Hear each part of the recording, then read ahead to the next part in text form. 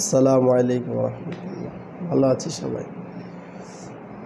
আজকে আমাদের আলোচ্য বিষয় হচ্ছে হুজুর সাল্লাল্লাহু আলাইহি ওয়াসাল্লাম দোয়া শিখাইছে। কেন?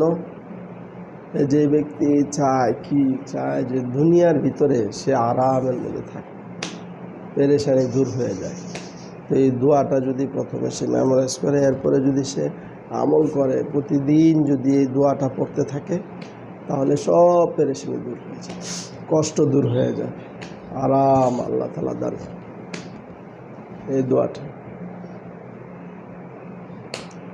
এই জন্য আমরা চেষ্টা করব দোয়া এটা মুখস্থ করব, এরপরে আমল করার জন্য।